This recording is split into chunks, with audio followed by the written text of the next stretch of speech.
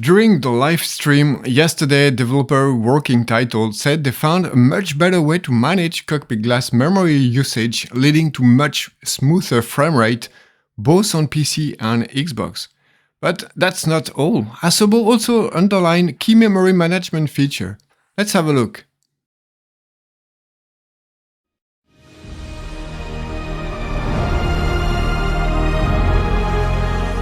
Hello Simmers and welcome back on the channel. So Asobo finally found and recognized a problem with memory allocation management, or strategy if you want. So this time there is really some chance to fly in a sim that will have good performance. Of course, let's wait before getting too much excited, but it looks good, and on top of that, Working Title have also worked on glass cockpit, adding much better performance with between 10 and 50 FPS more than before. This is big, guys. This is really huge, and there is some good chance that finally we could fly heavy glass cockpit like the 787 Dreamliner or any big airliner on console with less or maybe even no issue at all. Let's have a look at what Asobo CEO said and the co-founder of Working Title. Talk a little bit about performance and memory allocation. Yeah, a quick dive into this. So this is actually one of the improvements that we made in during the development of 24, and that basically we're bringing back the technology into 2020. Basically, what we found out is that our memory allocation strategy was causing issues in some situations. Basically, whenever the memory got very filled up with stuff. So it can be, usually it will happen when the flights are very long. In 2020, when flights are very long, or when you have a lot of stuff going on, or when you are having a lot of detail, like let's say you're flying Ultra and your PC does not have a lot of RAM, available RAM. For example, let's say you're running other applications at the same time, and Windows is fighting for memory, and so it's moving some stuff to the hard drive or to the swap file, virtual drive memory. Basically, and it's pretty random. Sometimes you can have a situation where it happens, and then the next time you launch the sim, it doesn't. And what we found by trying to get down to the root of this is that in some situations, the memory allocation strategy was not very good. Basically, we have the choice of all types of memory that we can use. And in some situations, we were using a memory system that was way less efficient than we thought. It basically grows, the inefficiency grows like exponentially. When you double the load, it's gonna be 10 times slower, and if you double again, it's gonna be 100 times slower. And we found slowdowns for one memory allocations, which could become 20,000 times slower. Basically, so slow that one allocation alone would generate a giant stutter. Basically, this whole issue was fixed during the development of 24, where we have a completely different memory allocation strategy. And so we brought this back into 2020, and it's going to be in Sim Update 15. So I have a screenshot here where even when there's not much going on in memory, and so this is A320 on the tarmac at CDG, it deliberately chose a configuration which is a bit slower. There's a 2 FPS gain. But let's say if you are, the caching system for when you spin your head around, if you move this out of Ultra, it's going to regenerate terrain when you turn your head. This is something which uses a lot of, it's very heavy on memory allocation and deallocation, and this gets dramatically faster. If there's a lot of traffic, planes loading in and out, if you are flying close to the ground, there's a whole bunch of situations. And I would suspect a long flight and you arrive on final and some people had stutters, it's very likely to be this issue. And so this here, basically the slowest allocation we got with the previous strategy was so big that it would generate a stutter by itself. And now it's never slower than a few microseconds. So it's basically at least 100 to 200 times faster. Wow.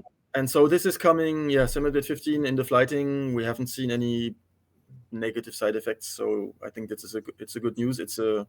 Some people may, if you were already at 50 frames per second and had no stutters or slowdown, I would not say it's going to make the sim faster. But if you were having slowdowns or stutters or all these issues, I think this is going to be a lot better. And even if it's not working for everyone, we are always anyway continuing to investigate performance. And every time we find something new, we bring it to the sim anyway. All right, let's talk about glass cockpit performance improvements. Right, so I'm gonna cover an area that's a little bit closer to what Working Title is doing every day. So we build instruments, and there's a piece of software in the running in the simulator, which is called Coherent GT. And it's basically like a browser that runs in-game, but instead of rendering to a window like on your desktop, it renders on a texture, which then will be on the display in the plane. And yeah, since we're building more and more, and also other people building more and more complex instruments and systems for planes, like the demand on that system has drastically increased. And so we are always looking into ways on basically improving that system. You can go to the next slide. Yeah, thank you. So I just want to give some background real quick. So when the simulator launched these instruments, there's basically a loop and that asks the instrument every time, please update yourself. So then it pulls new data from the simulator and does some processing, and then it moves the elements around, right? Like on your PFD or the HSI where it has the needles moving and things like that. And that also always allocates memory and all these things, which when you do that every frame, like 60 times a second, that can cause a lot of issues. So especially Asobo did for Sim Update 5 many improvements to that system. And one of those was to like make the instruments update less because it's not really needed. And therefore you create less of those like memory allocations, and you only calculate things when you really need to do it and things like that. And also the instruments have been optimized to only do the work they really should be doing. So you can see in the second graph, I mean, it's heavily simplified, but basically it got to a point where it didn't slow down the sim or didn't limit your frame rate. But yeah, now as we did new instruments like the 787-10, the 747, which has 17 instruments that try to do things all the time, that even wasn't enough. So we looked into, and there were reports on the forums, especially for Xbox, that in a bad case, like performance with these planes can be quite bad. So we looked into what we can do again to optimize that. And one thing we noticed is since we don't update the instruments on every frame anymore, there's like time where at least nothing on those instruments is happening. There's other things happening, but there's some time we can fill on the other frames that are otherwise empty. So yeah, we implemented an improvement that will basically distribute the updates of the instruments. For example, if you have 17 instruments on the 747, then it distributes those along 3 or 4 frames. Yeah, so and when all that is done, so we did some testing. For example, this is an example on PC with the 747.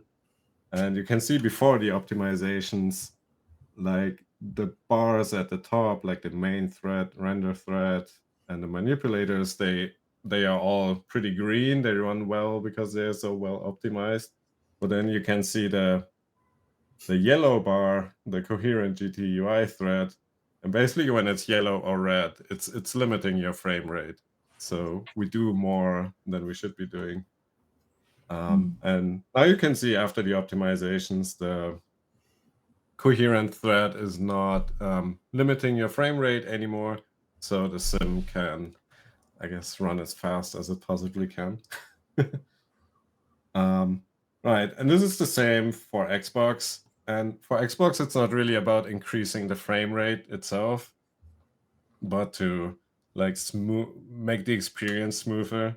So you can see in the upper diagram, there's all these red lines and everything seems pretty erratic.